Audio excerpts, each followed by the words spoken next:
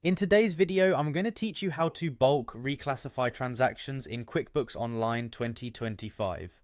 If you're a business owner or accountant, efficiently managing your transactions is crucial for accurate financial reporting. By the end of this guide, you'll have a solid understanding of how to quickly reclassify transactions to keep your financial data organized. Let's begin by ensuring you're logged into QuickBooks Online. Start by clicking on the Sign In option, which will take you to the login page.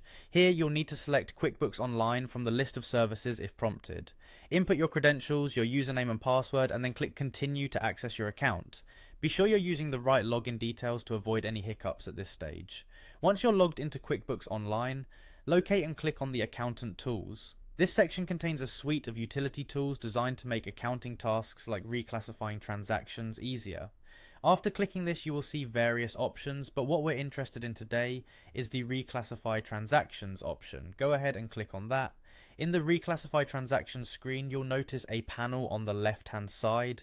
This essentially lists all your transactions. Locate and click on the transaction you want to reclassify. This action prepares your selected transactions for bulk reclassification. Now in the list of transactions, you'll see a box to do a batch reclassify. Click this box to select multiple transactions at once. This feature really helps in time saving, as it allows you to apply the same changes to several transactions simultaneously. After selecting the transactions you need, proceed to click on the Reclassify button. You'll then be prompted to change your account category. Click on the Change Account To option. This will allow you to reassign the selected transactions to a different account or category.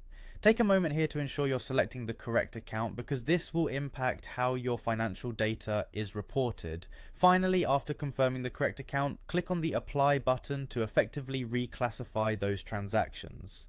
And with that, all your selected transactions have been updated and correctly reclassified.